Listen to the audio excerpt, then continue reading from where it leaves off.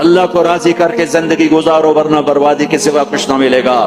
یہ دھوکے کا گھر ہے دنیا، یہ مچھر کا پر ہے دنیا، یہ مکڑی کا جالا ہے۔ یہاں حسین جیسوں کے سر کٹ کے نیزوں پہ چڑھ گئے، اور یزید جیسے ناپاک، اور شمر جیسے ناپاک، اور ابن زیاد جیسے ناپاک انسان تخت شاہی پر بیٹھے نظر آتے ہیں۔ یہ امتحان کی جگہ ہے۔ جاؤ قبرستان دیکھو، ٹوٹی قبریں دیکھو، اجڑے گھر دیکھو، شکستہ حویلیاں دیکھو، مردہ کھوپڑیاں دیکھو، چمکتی گاڑیاں نہ دیکھو، دھوکہ کھا جائے گا۔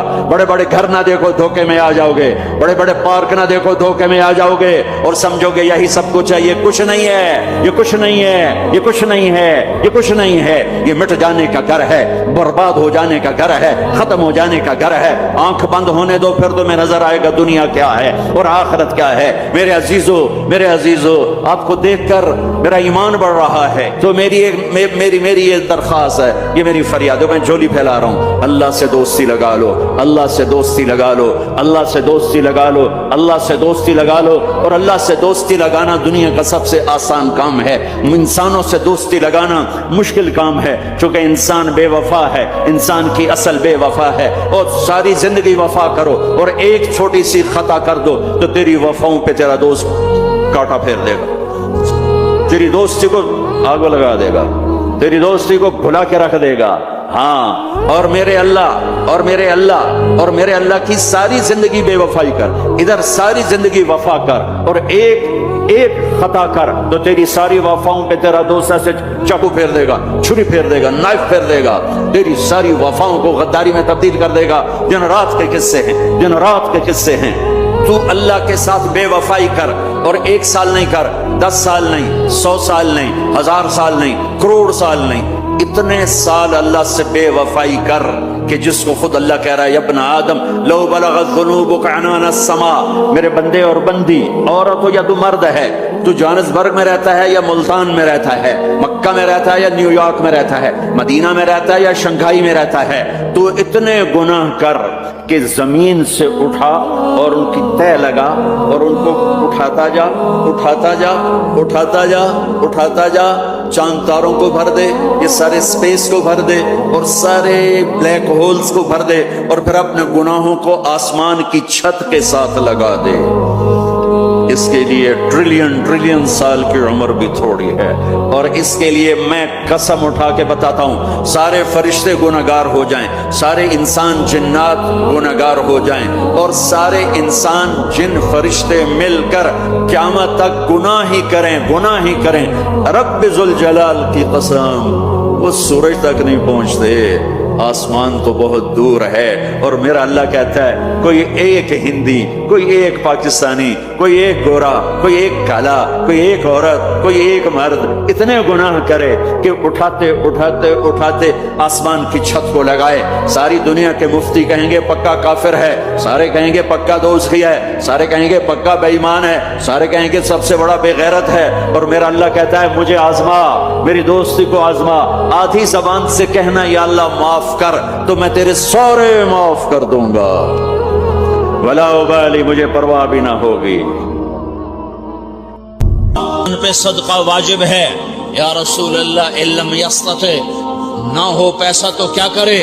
تو سنو اپنے نبی کی بات، یعمل بیدیہ، یعمل بیدیہ وینفق علی نفسہ ویتصدق، تو اسے چاہیے کہ وہ بازار میں جا کے مزدوری کرے، وہ کھیت میں جا کے مزدوری کرے، وہ منڈی میں جا کے مزدوری کرے اور مزدوری سے پیسے کمائے، کچھ اللہ کے نام پہ صدقہ کرے اور کچھ اپنے اوپر خرچ کرے۔ خرچ کرنا اتنا ضروری ہے، یہ بدنی عبادت کے ساتھ مالی عبادت ہے جس سے نفس پاکیزہ ہوتا ہے۔ اگر نہیں ہے تیرے پاس تو خرچ، تو مزدوری کر، مزدوری سے مال بنا، کچھ اپنے اوپر خرچ کر، کچھ غریبوں پر، کچھ اپنے جیسے اور غریبوں پر خرچ کر، اپنی عبادت بناؤ۔ مصلی پہ بیٹھے رہنا مطلوب نہیں ہے، اعتدال ہے۔ میرے نبی نے نماز لمبی پڑھی تو اللہ نے روک دیا، ما انزلنا علیک القرآن لتشقی، میں نے تیرے اوپر قرآن اس لیے تھوڑا ہی اتارا ہے کہ تو لمبی نمازیں پڑھ اپنے آپ کو تھکا لے، درمیانے درجے کی نماز پڑھا کر۔ میرے نبی نے تبلیغ میں زور دکھایا تو اللہ نے اس سے بھی روک دیا، فلا تذهب نفسك علیہم حسرات، میرے محبوب تبلیغ کا کام تو کر، پر ایسا نہ کر کہ تو خود گھل کے مر جائے، کڑ کے مر جائے، دکھ درد میں مر جائے۔ درمیانے درجے کی تبلیغ کر، درمیانے درجے کی نماز پڑھ۔ عبادات میں اللہ نے کہا اعتدال، اعتدال۔ اور جب میرے نبی نے اخلاق دکھائے، جب اخلاق میں زور دکھایا، جب اخلاق میں بلندیوں کو چھوا، تو اللہ تعالیٰ نے اعتدال کی بجائے اور آگے بڑھنے کا حکم دیا، شاباش بھی دی اور آگے مزید بڑھنے کا حکم بھی دیا، شاباش بھی دی۔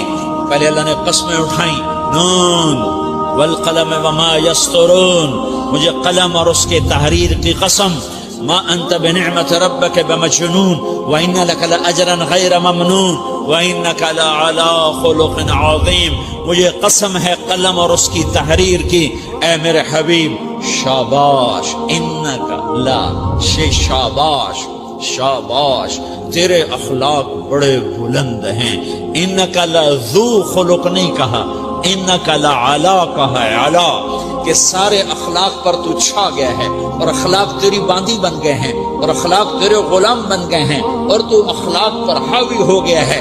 شاباش، انا اور لام، یہ دو کا میں ترجمہ کرتا ہوں شاباش، اے میرے نبی شاباش، تیرے اخلاق پہ کیا کہنے، تیرے اخلاق کے کیا کہنے، میں تجھے داد دیتا ہوں، میں تیرا رب تجھے داد دیتا ہوں، تجھے شاباش دیتا ہوں کہ تیرے اخلاق ایسے ہی ہونے چاہیے۔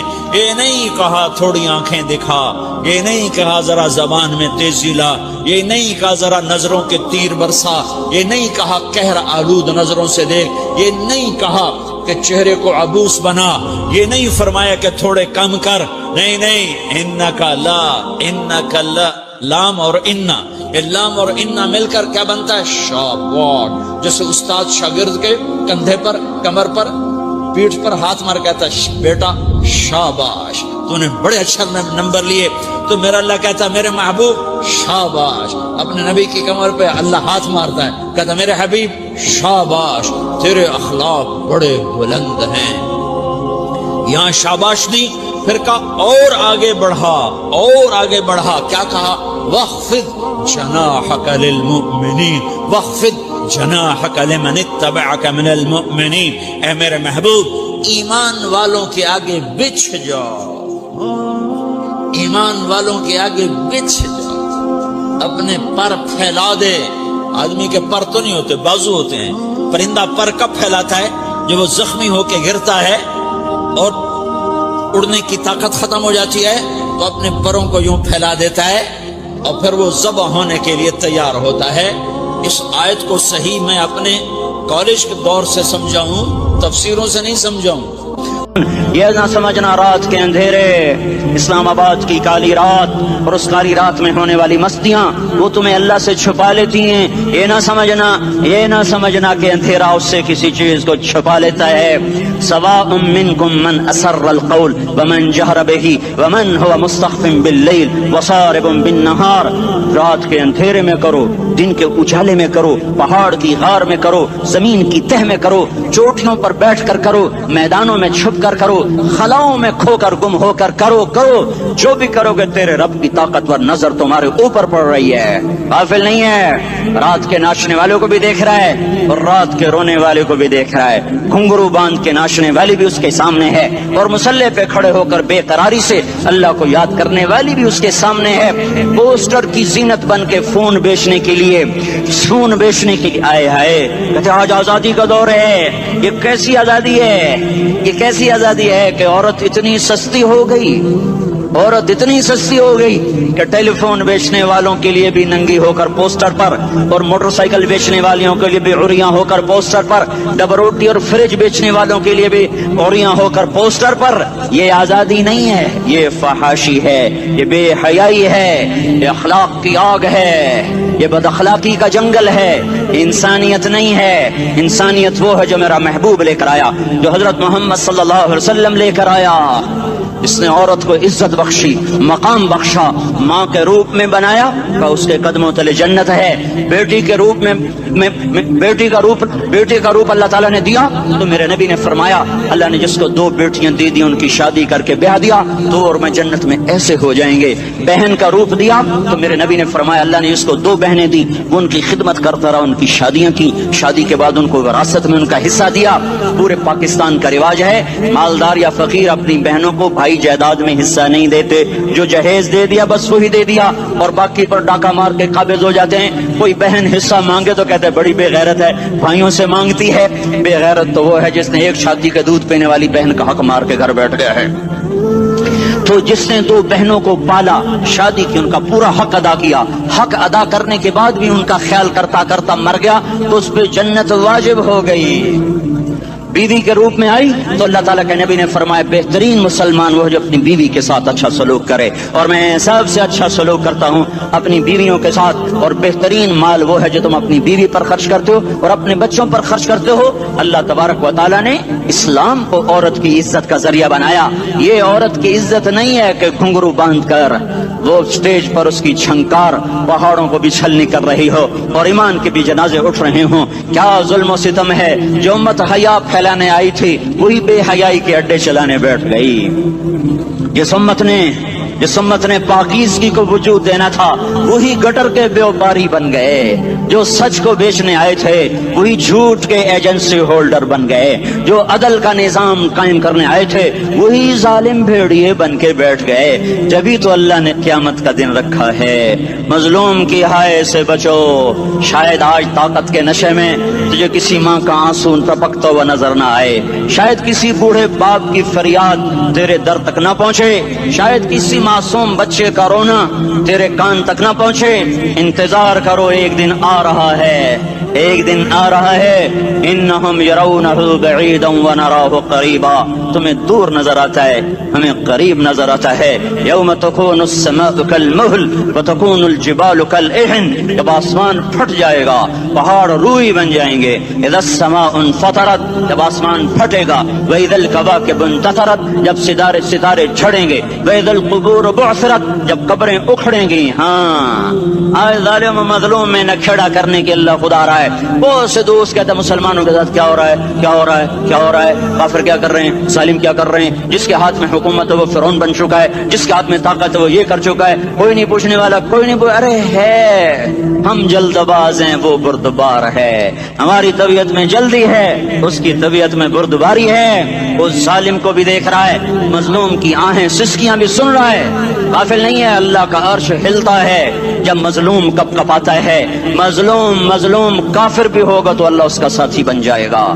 مظلوم کی کوئی برادری نہیں اللہ کے دربار میں، مظلوم کی ایک ہی برادری ہے، وہ مسلمان ہو، وہ ہندو ہو، وہ دہریہ ہو، وہ کافر ہو، یہودی ہو، عیسائی ہو، بدھ مت ہو، بت پرست ہو، آتش پرست ہو، مظلوم ہے تو اللہ اس کے ساتھ ہے۔ دعوت اصلاح ناصر خان اسلامی کیسٹ ہاؤس، بیرون کچہری گیٹ، اشرف روڈ، سرائے فقیر خان، پیښور ښار کې د ناصر خان فرار سات ملاویږي او د دې نه علاوه د دیني تقاریر کیسټ بم تاسو را د دې دکان نه ترلاسه کېدی شي۔ ارے اللہ کے قدموں میں جھکو، اللہ کو منا لو، حکومتوں کے پیچھے مت پڑو، وہ ظالم ہے تو صبر کرو، ان قریب اللہ آ رہا ہے، وہ عیاش ہیں تو صبر کرو، ان قریب اللہ آ رہا ہے، افسر راشی ہے تو صبر کرو، ان قریب اللہ آ رہا ہے۔ ہاں تم دیکھتے نہیں ہو، یہاں حسین کا سر نیزے پہ چڑھ گیا اور یزید تخت پہ بیٹھا رہ گیا، ابن زیاد نے فتح کا جھنڈا لہرایا اور آل رسول کے لاشیں تڑپا دیے گئے۔ اللہ کی قدرت اور سنت میں غور تو کرو، ضروری نہیں جن سے راضی ہو ان کے جھنڈے لہرائے، جن سے راضی ہوتا ہے ان کو کبھی یوں بھی کر دیتا ہے۔ کائنات کا سب سے مقدس قافلہ، سب سے مقدس خاندان، سب سے مقدس نسل، خراسان میں ایک آل رسول میں سے شخص کا انتقال ہوا، فاقے آئے، بیوی نے اپنے فاقہ چھپانے کے لیے ہجرت کی، سمرقند چلی گئی، وہاں پہنچی تو ایک والی سمرقند کے پاس گئی، مسافر ہوں، پردیسی ہوں، رات کے لیے ٹھکانا چاہیے، بچوں کے لیے خوراک چاہیے، میں آل رسول میں سے ہوں۔ اس نے کہا کوئی گواہ لاؤ تو آل رسول میں ہے، تو میں تو پردیسی ہوں، میرا تو کوئی گواہ نہیں۔ وہ کہنے لگا یہاں ہر دوسرا آدمی کہتا میں آل رسول ہوں۔ وہ پریشان ہوئی، کسی نے کہا وہ جو پارسی ہے نا آتش پرست بڑا سخی ہے اس کے پاس چلی جا، اس کو جا کر بتایا میں آل رسول میں سے ہوں اور میں پردیسی ہوں، مجھے ایک دو رات کا ٹھکانہ چاہیے جب تک کہ میں اپنا کوئی روزگار نہ بنا لوں۔ اس نے اس کو گھر میں ٹھکانہ دیا۔ رات کو والی سمرقند نے خواب دیکھا کہ وہ جنت میں ہے، بڑے عالی شان محل ہے، اس کے دروازے پر حضرت محمد صلی اللہ علیہ وسلم کھڑے ہوئے ہیں، اور یہ آ کر کہتا ہے یا رسول اللہ یہ کس کا گھر ہے؟ تو آپ نے فرمایا ایک مسلمان کا گھر ہے۔ تو اس نے کہا یا رسول اللہ میں بھی مسلمان ہوں. تو آپ نے فرمایا اپنے اسلام پر گواہ پیش کرو, اپنے اسلام پر گواہ پیش کرو. تو ایسے کانپ گیا. پھر آپ نے فرمایا میری بیٹی آئی تو تو نے کہا گواہ پیش کر, تو بھی اپنے اسلام پر آج گواہ پیش کر. آل رسول سے تجھ سے وہ ضرورت کے وقت آئی اور تو نے گواہ مانگے.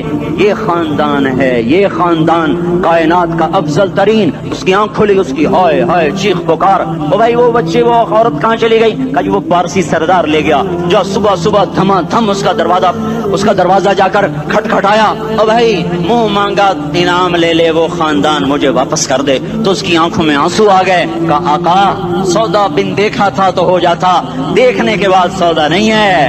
میں اس گھر اس عورت اور ان بچوں کو پناہ دیتے ہی اللہ نے میرا دل کھولا, میں مسلمان ہو گیا, میرے بچے بھی مسلمان ہو گئے. میں شام تک پارسی تھا, میں سویا ایمان کے ساتھ, اور جس وقت تم خواب دیکھ رہے تھے اسی وقت میں بھی وہ خواب دیکھ رہا تھا. جب تجھے دھتکارا جا رہا تھا تو مجھے اللہ کے رسول کہہ رہے تھے یہ محل تجھے دیتا ہوں, یہ محل تجھے دیتا ہوں. اس خاندان کے 16 پھول خاک و خون میں لوٹے ہوئے تھے. 2 سال کے بچے عبداللہ, ہائے ہائے ہائے, اور 2 سال کا بچہ تو دشمن کا بھی پیارا لگتا ہے. یہ تو آل رسول تھے. عبداللہ 2 سال کا, ان خبیثوں نے اس کا سر بھی کاٹ کے نیزے پہ لٹکا دیا. اور جب حضرت زینب نے پیچھے مڑ کے دیکھا, اوئے ہوئے سر کٹے ہوئے, دھڑ پڑے ہوئے, دفن بھی نہیں کیا, تو ان کی زبان سے نکلا یا محمد یا محمد صلی علیک الالہ وملک السماء هذا حسین بالعراء مزمل بالدماء مقطع الاعضاء بناتك صبايا وذريتك مقتلہ تصفی علیہ الصبا. یا رسول اللہ یا محمد, او ہمارے نانا, آ جا, تجھ پر اللہ کا درود و سلام ہو, فرشتوں کا سلام ہو. آج اپنے حسین کو دیکھو, آج اس نے اپنی, آج اس کی مہندی ہو رہی ہے. آج اس کی مہندی کس چیز سے ہو رہی؟ اپنے ہی خون سے مہندی رچائی جا رہی ہے. آج اس نے سرخ پوشاک پہنی ہوئی ہے, کس چیز سے؟ اپنے ہی خون کی پوشاک ہے. جیسے گلاب کے پھول کی پتیاں بکھر جاتی ہیں, وہ مقطع الاعضاء. آج دیکھو اس کا جسم ٹکڑے ٹکڑے ہوا پڑا ہے. کفن دینے والوں نے کفن نہ دیا تو ہواؤں نے آگے بڑھ کر گرد و غبار سے ان کے جسموں کو چھپا دیا. آج تیری بیٹیاں قید ہو گئی ہیں, اولاد تیری قتل ہو گئی ہے. یہ امتحان کا جہان ہے, یہ امتحان کا جہان ہے. ظالم دندناتے ہیں, مظلوم پستے ہیں. آج آ گیا, آج میرا اللہ آ گیا. جسے آخرت کا یقین ہو اور جو اللہ پر ایمان رکھتا ہو, شراب زنا سے بچتا ہو, اللہ کا فرما بردار ہو, وہ کانوں میں انگلیاں دے لو, آنکھوں پہ پٹی باندھو, تمہارا اللہ تمہارے ساتھ ہے. دنیا میں کمی آئے گی تو آخرت میں پوری کر کے دکھائے گا. زیادتی کرنے والوں کو گرفت میں لا کر دکھائے گا. ان بطش ربک لشدید, ان بطش ربک لشدید انہ هو یبدئ ویعید. آج اپنے رب کی پکڑ دیکھ. وکذالک اخذ ربک اذا اخذ القرى وهي ظالمہ ان اخذہ علیم شدید. آج اللہ کی پکڑ دیکھو. میرا اللہ آیا, فرشتے آئے, عرش آیا, وہ جنت آئی للمتقین, وہ جہنم آئی للغاوین, برزت الجحیم للغاوین, ازلفت الجنت للمتقین. قل صراط آیا ام منکم الا واردها, ترازو آیا, نضع الموازین القسط لیوم القیامہ. میرا اللہ خود آیا اور بولا یا عبادی انی انصت لکم منذ ان خلقتکم الى یوم احییتکم هذا. میرے بندوں, میں اسلام آباد میں تمہیں دیکھتا رہا, میں تمہیں دیکھتا رہا. میرے سامنے رونے والی بھی تھے, ناچنے والے بھی تھے, ظالم بھی تھے, مظلوم بھی تھے, پردادار بھی تھیں, بے پرد بھی تھیں. حیا والیوں کو بھی دیکھتا تھا, بے حیاؤں کو بھی دیکھتا تھا. شرابی بھی سامنے تھے, اور راتوں کو آنسو پینے والے بھی سامنے تھے. محفل موسیقی میں جھومنے والوں کو بھی دیکھا, اور راتوں کو مسلح پہ بیٹھ کر گڑگڑانے والوں کو بھی دیکھا. نہ سویا, نہ تھکا, نہ اونگا, نہ گھبرایا. آج میں آ چکا ہوں انصاف دینے کے لیے. لا ظلم اليوم, لا ظلم اليوم. آج کسی پر ظلم نہ ہوگا, آج کسی پر ظلم نہ ہوگا. اقرأ کتابک کفا بنفسک اليوم علیک حسیبا. پڑھ, اپنی کتاب تیرے اوپر گواہ ہے. کھلی کتاب سامنے آئی, دن کا اجالا, رات کا اندھیرا, ماضی, حال, مستقبل, جوانی, بڑھاپا, فقر, غنا, عرش, فرش, تخت, تختہ, ہر چیز سامنے آ گئی. ہر چیز سامنے آ گئی. کفا بنفسک اليوم علیک حسیبا. خدا نہ خواستہ فائل کالی نکلی, فائل کالی نکلی. آئے ہائے, ایک دن کا عدل, سنو اپنے نبی کی حدیث, ایک دن کا عدل 60 سال کی عبادت سے بہتر ہے. ہائے ہائے, اگر حاکم عادل ہے, وزیر عادل ہے, ایس پی عادل ہے, ایس ایچ او عادل ہے, ڈی سی او عادل ہے, پٹواری عدل کر رہا ہے, تحصیلدار عدل کر رہا ہے, وابڈا کا کلرک عدل کر رہا ہے, چیئرمین عدل کر رہا ہے, ظلم نہیں کرتا, ظلم نہیں کرتا, ایک دن کا عدل 60 سال کی عبادت سے بہتر ہے.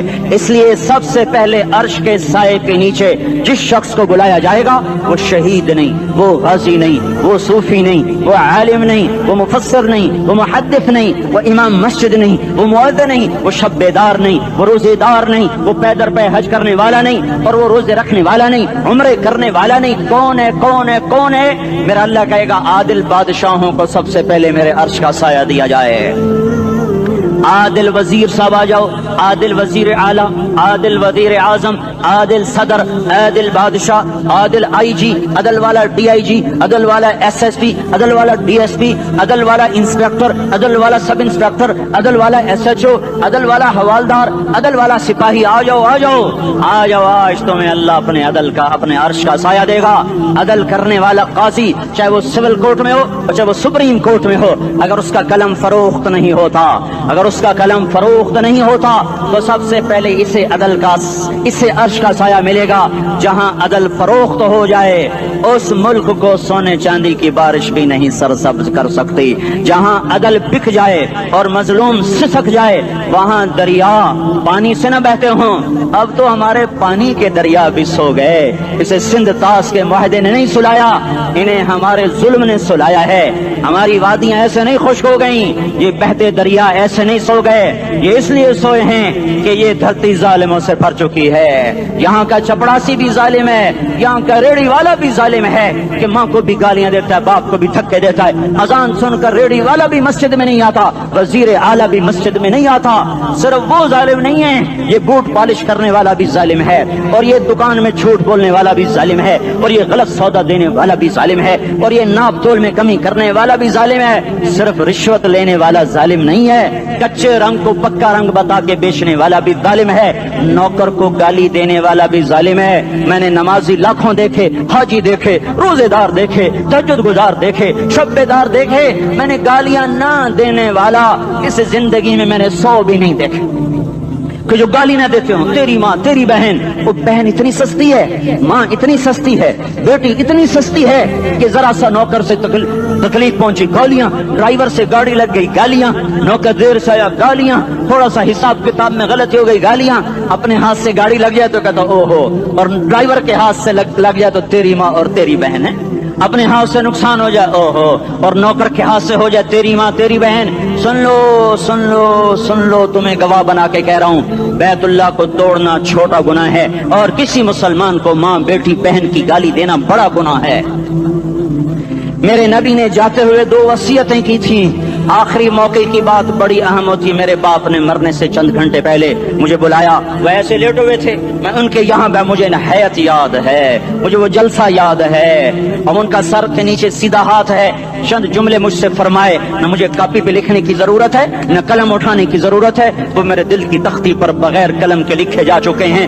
موت بھی انہیں نہ مٹائے گی کہ وصیت کرنے والا جب وصیت کرتا ہے تو اس کے اندر جو درد ہوتا ہے وہ غافل سے غافل کی توجہ کو بھی اپنی طرف کھینچ لیتا ہے. وہ کاغذ اور قلم کا محتاج نہیں رہتا سننے والا, وہ سیدھا بن قلم اور کاغذ کے دل کے اوراق پر وہ پیغام لکھا جاتا ہے. میں اپنے باپ کے پیغام کو اٹھائے پھرتا ہوں, موت تک اٹھاؤں گا. اللہ کی توفیق ہے کہ میرے شامل حال رہی. میرے نبی نے دنیا سے جاتے ہوئے تمہیں 2 باتیں کہی تھیں, تم نے دونوں کو آگ لگا تھی. انہوں نے کہا تھا الصلاۃ الصلاۃ الصلاۃ, میری امت نماز نہ چھوڑ. پکے اول تو کوئی پڑھتے نہیں ہیں, پکے نمازی بھی گھروں میں مصلے بٹھائے بیٹھے. مسجد کی اذان آ رہی ہے, 95% تو جاتے نہیں ہیں, 5% میں پھر 50% گھروں میں مصلے بنا کے بچھا کے بیٹھے ہوتے ہیں. نماز گئی پرواہ کوئی نہیں, بیٹے کی نماز چلی گئی کوئی پرواہ کوئی نہیں. وہ امتحان میں فیل ہو گیا، باپ کی بھی نیند اڑ گئی، ماں کی بھی نیند اڑ گئی، اس نے فجر بھی نہیں پڑھی، زور بھی نہیں پڑھی، عصر بھی نہیں پڑھی، مغرب بھی نہیں پڑھی، عشاء بھی نہیں پڑھی، ماں بھی خوش باپ بھی خوش۔ یہ کیسا باپ ہے، یہ کیسی ماں ہے؟ تمہارے نبی نے جاتے ہوئے کہا تھا الصلاۃ الصلاۃ۔ اسلام آباد کی امت، اسلام آباد کے نوجوانوں، نماز نہ چھوڑنا، اسلام آباد کی عورتوں، نماز نہ چھوڑنا، نماز نہ چھوڑنا، نماز نہ چھوڑنا۔ وما ملکت ایمانکم